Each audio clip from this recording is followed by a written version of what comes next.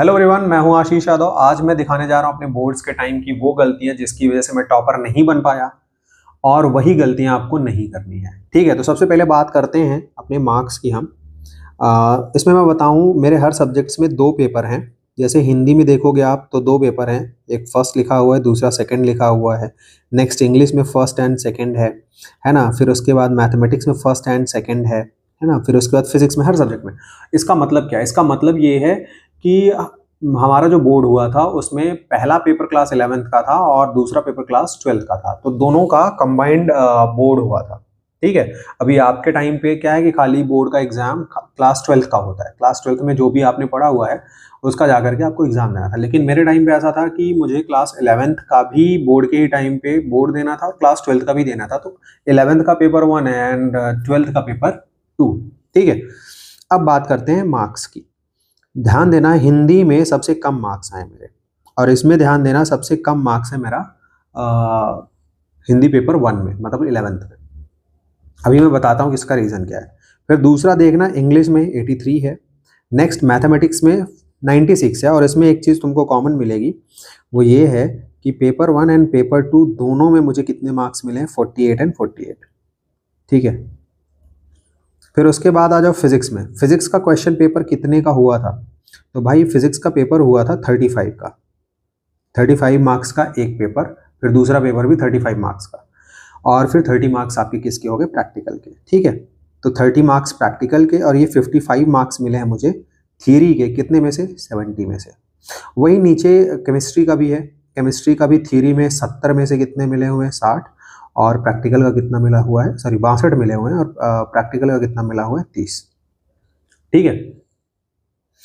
अब ध्यान से समझो, हुआ क्या था। हुआ ये था कि जब मैं क्लास 11th एंड 12th में था, तो एट दैट टाइम एक जोश चढ़ा हुआ था। किसका जोश था? जेई का। और उस जोश में मैंने क्या क्या पढ़ा? उस जोश में मैंने पढ़ा मैथ्स, फिर क्या पढ़ा? मैथ्स पढ़ा, मैथमेटिक्स, फिर क्या पढ़ा? फिजिक्स पढ़ा, फिर क्या पढ़ा? केमिस्ट्री पढ़ा।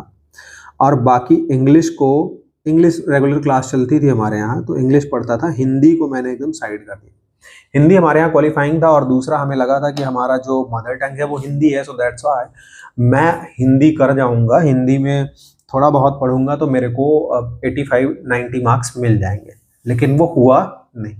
मेरी सबसे बड़ी गलती यही दो सब्जेक्ट में हुई है। किसमें किसमें? हिंदी में एंड इंग्लिश में। इंग्लिश को भी मैंने उस समय अंडर एस्टिमेट कर रखा था, लेकिन उसका रीज़न था कि हम इंग्लिश बोर्ड में थे। तो मतलब इंग्लिश बोर्ड कहने का मतलब ये है कि यूपी बोर्ड दो में चलता था, एक तो हिंदी और दूसरा इंग्लिश। तो इंग्लिश में थे, तो इंग्लिश में होने की वजह से हमको लगता था कि इंग्लिश में तो मार्क्स आ ही जाएंगे, कोई दिक्कत वाली बात नहीं। लेकिन वो नहीं आया उतने जितना मैंने एक्सपेक्ट किया था। ठीक है। फिर ये 3 सब्जेक्ट्स मैंने पढ़े। 3 सब्जेक्ट्स में मैंने जान लगा दी। सबसे ज़्यादा जान लगा रखा था मैंने मैथ्स में। 12th के टाइम पे ये हो रहा था मेरे साथ कि मैं दोनों ईयर्स के मैथ्स को सॉल्व करता था, केमिस्ट्री पढ़ता था, डेली रिवीजन चलता था, डेली पढ़ाई चलती थी। फिजिक्स का क्या था कि मैं पीछे का रिवीजन करता था, और अभी जो चल रहा है उसको पढ़ा करता था, संडे संडे को रिवाइज करता था। ठीक है। तो इसलिए फिजिक्स में जो पेपर 2 है क्लास 12th वाला, उसमें मार्क्स कम हो गए। 35 में से 24 नंबर ही मिले हैं। लेकिन फर्स्ट वाले में ज़्यादा मिले हैं। फर्स्ट वाला थोड़ा मुझे आसान भी लगा था उस टाइम पे, और सेकंड वाला उतना आसान नहीं लगा था। तो ओवरऑल मार्क्स आए मेरे 85 फिजिक्स में। फिर फिजिकल एजुकेशन एंड स्पोर्ट्स में आ गए थे हमारे 96, एंड केमिस्ट्री में 92। तो आपको ये वाली गलती बिल्कुल नहीं करनी है कि आपने मैथ्स पढ़ लिया, फिजिक्स पढ़ लिया एंड केमिस्ट्री पढ़ लिया, या अगर आप 10th में हैं, 10th बोर्ड में हैं, तो आपने मेन कोर सब्जेक्ट्स को पढ़ लिया, बाकी सबको छोड़ दिया। तो उससे आपका नुकसान ये होगा कि वो आएंगे पेपर इजी, लेकिन वो नहीं आ रहे होंगे, आपको लिखने का तरीका नहीं पता होगा, जिसकी वजह से उसमें आपके मार्क्स कम हो जाएंगे और आप टॉपर नहीं बन पाएंगे। ठीक है। ये वाली गलती मैंने करी थी। मैंने अंडर एस्टिमेट कर दिया था किसको किसको? इंग्लिश एंड हिंदी को, जिसकी वजह से मेरे लग गए थे उस समय। अदरवाइज मैं भी 90% या 90 प्लस में ही जाता, और अच्छे खासे मार्क्स रहते, है ना।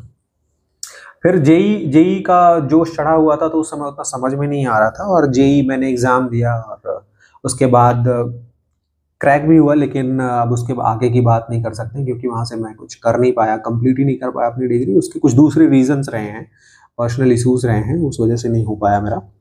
उसको छोड़ते हैं। लेकिन अगर मैं यहाँ इंग्लिश एंड हिंदी दोनों में अपने मार्क्स अच्छे और थोड़े अच्छे स्कोर कर लिया होता तो उसके बाद शायद मैं DU वगैरह में पहुंच जाता, लेकिन वो भी नहीं हो पाया, जिसकी वजह से फिर मैंने अपने ही डिस्ट्रिक्ट से अपना ग्रेजुएशन एंड फिर बाद में दूसरी यूनिवर्सिटी से पोस्ट ग्रेजुएशन कर लिया फिज़िक्स में। मैंने अपना फिज़िक्स में ही करियर फिर बनाया। उसका भी रीज़न है कि मुझे फिज़िक्स पहले तो अच्छा तो लग रहा था, लेकिन मैथमेटिक्स जितना अच्छा नहीं लग रहा था। लेकिन जब ग्रेजुएशन में मैं आया और मैं मैथमेटिक्स एंड फिज़िक्स दोनों पढ़ रहा था तो थोड़ा-सा मुझे लगा कि मैथ्स एंड फिज़िक्स दोनों एक ही हैं, कुछ इनमें ख़ास डिफरेंस नहीं है और फिज़िक्स ज़्यादा इंटरेस्टिंग लगने लगा उस टाइम पे। और फिर रुझान बढ़ गया मेरा फिज़िक्स की तरफ और फिज़िक्स में आगे निकल गया। फिर उसके बाद पोस्ट ग्रेजुएशन में स्पेशलाइजेशन हो गया क्वांटम मैकेनिक्स से, और क्वांटम मैकेनिक्स से मिलने के बाद तो फिर इंसान अलग ही हो जाता है। ठीक है, तो उसकी तो बात ही नहीं करेंगे, वो सब छोड़ते हैं। फिलहाल यहाँ बात करने आए थे सिर्फ बोर्ड्स की। तो बोर्ड्स में तुम्हें गलतियाँ नहीं करनी, यही कि किसी भी सब्जेक्ट को अंडर एस्टिमेट नहीं करना है। जिस सब्जेक्ट को तुम साइड करोगे वो सब्जेक्ट तुम्हें साइड कर देगा। ठीक है, तो ये बात जानते रहना।